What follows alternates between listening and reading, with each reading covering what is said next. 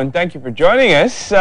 Asian Tatler rates our next guest as one of the 100 most you must know people. I don't know what number he's on, but he's on that list. Yeah, and he just mentioned just now that he does not like talking much about himself because he does it a lot. But unfortunately, he's gonna have to bear our interview today. He's also Asia Prestige's 40 under 40 list. 40 under 40 list, so, amazing. Let's speak to him. Our guest this morning is renowned wedding photographer Kit Chan. Hi. Good morning. Good morning.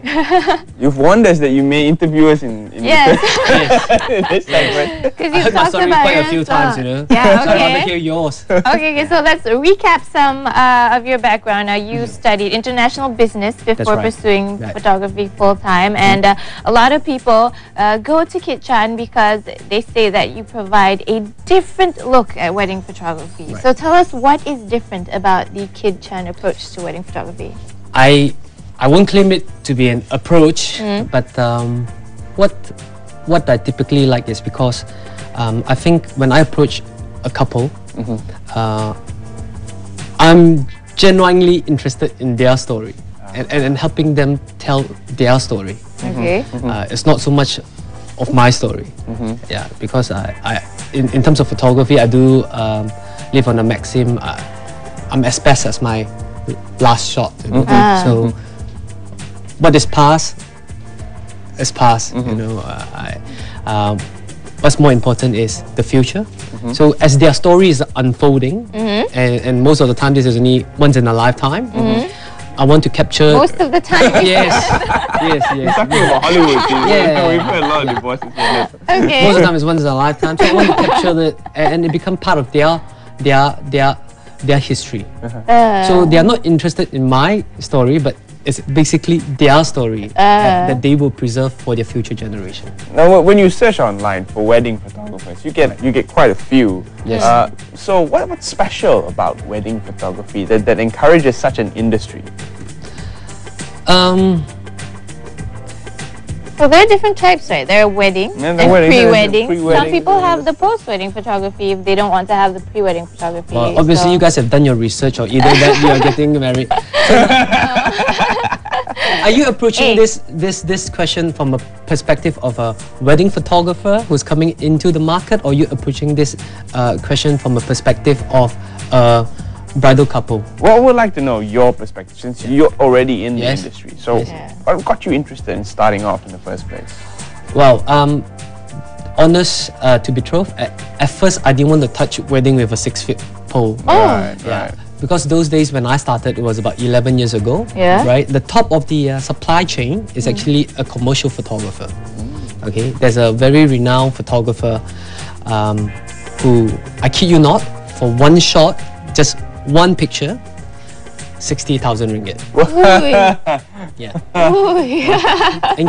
And at that point of time, guess how much I charge for full day work? You know, 3 rolls of film plus processing. Say 1,000? 390 ringgit. Hey, very affordable back in the day. And guess what? I was really expensive to the couples because there was some uncle that's charging like $100 per roll, so I was like $30 premium. So I remember telling my when my future mother-in-law asked me what I do, because my wife is actually a CPA, a chartered accountant. I went like, I'm a wedding photographer. You know?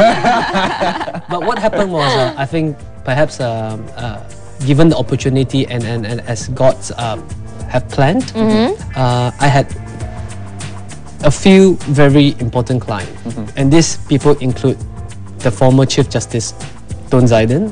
And then if the Chief Justice calls you up and say, my son's getting married, you don't say, I don't do weddings.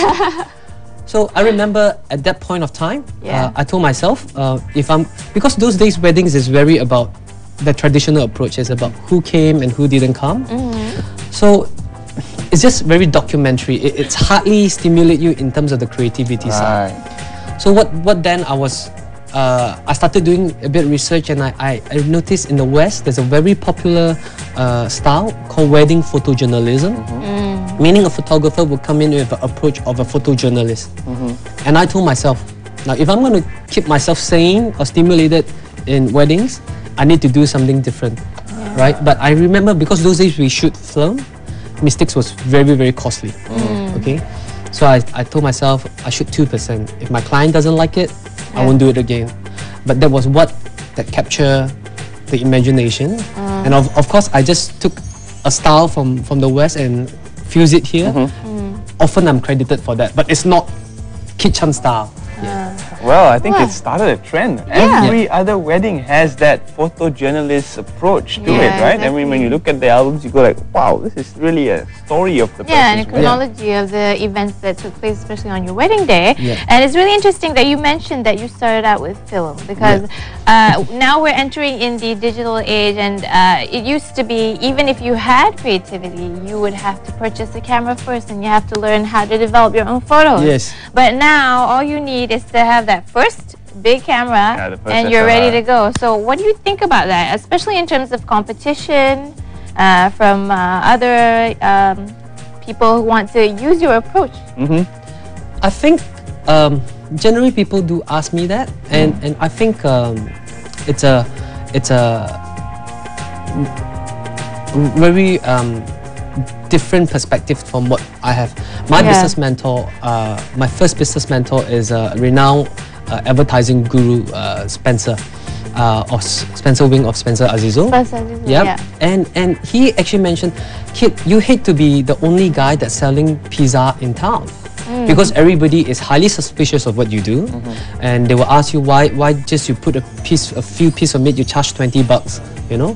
But when everybody is selling pizza, that means there's real demand, and people don't it's not so skeptical. And for me, I really welcome newcomers, because we need new blood. As the industry expands, there's only so many weddings that you can cover, number one. And on part of that, if there's no newcomer, you will never be the pioneer. So that's a perspective. I actually encourage newcomer to come in. Yeah, but they need to persevere a bit, because the starting is very, very difficult. Initial years, yes. Wow, very interesting. You've traveled all around Asia, Yes. shooting all kinds of weddings. Yes. So are there any particular ones that really stick out to you, that really linger on after your experience?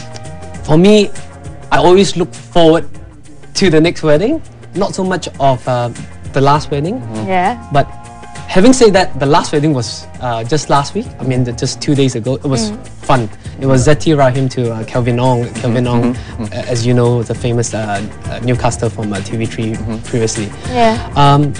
Every wedding is unique because of the people that you are going to meet and the friends that you're going to have. And this friendship carries on for a long, long time. That's right. It's really interesting. This is an industry that's probably in its infancy also here in Malaysia, I would say. So where do you see this industry growing into? What kind of shape and form will it take in the next 2-3 years? Actually, the Malaysian photographers are really bringing up the benchmark for the industry. We have a lot of talented photographers. And well, if we were to talk about wedding photography per se, as you have clearly mentioned earlier, when you Google, there's 500 that comes out. Okay. So this is just a bit for the bride and groom, that in case they tune in.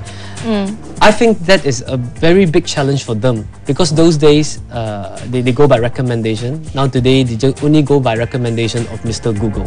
Now, and what is the problem here?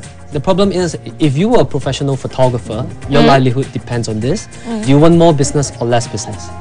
Oh, more. Okay. What kind of picture do you think I will put online? The best, the worst, or the worst? Of course, the best, The best. And how many, in your opinion, pictures that I have shot before I put a few online? Maybe thousands. I have no idea. With the digital camera, you could run into hundreds of thousands. So only the best make it to Mr. Google's approval. No. So the key for bride and groom is, no matter what they see online, they cannot make a decision. They got to meet the photographer themselves, because otherwise it's going to be a very long day. And I always tell a bride, and I always tell a bride this. And one time when I told a bride, I say you need to have a rapport. And I don't think that I'm the right photographer for all brides. frankly. You know, if you don't like someone who's going to talk to you on a wedding, don't hire Kit Chan. Okay. So I was telling this to a bride, and the bride actually said, yeah. You know, I remember my second sister's wedding. I said, interesting. Tell me about it. They say, I can't remember anything except for the photographer's stinky socks. Oh man! Oh. Could you imagine your wedding recollection is just about the photographer's stinky socks? Obviously, that guy's not going to get hired again. Anyway, if you come to Kit Chan studio, as a standard operating procedure, and this is a pitch, we all have fresh socks.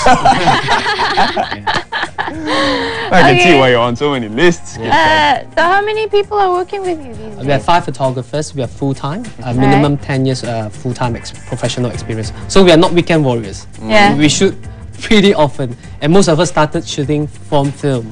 All right. Wow. So if we are interested in acquiring your services, do you have a website that we could go to? Yes, it's www.kitchan.com, and I really like to get connected with the viewers. On Facebook, it's facebook.com, and this is slightly tricky, it's /IamKitchan. Of course, I'm on Twitter as well. Yeah, okay, so I guess that's better. You can ask your questions straight to the man himself. Thank you so much for joining us. Thank you so much for having me. It's been a pleasure talking to you again. It's been a pleasure talking to you guys. Thank you. Wow, and he's also said this is going to be one of his final live interviews, so we're honored to have him, really. It has been quite an eye-opener today. I've seen green business, I've seen maybe green weddings. Yes, we did see a green wedding picture. Matthias showed us just now. A real tree hugger there. Okay. So we are moving on to the next segment of the show. We're talking about, well, it's a surprise. We're taking a break right now with another Hot Wheels segment. Steven checked out the new hybrid car from Honda. So let's take a break.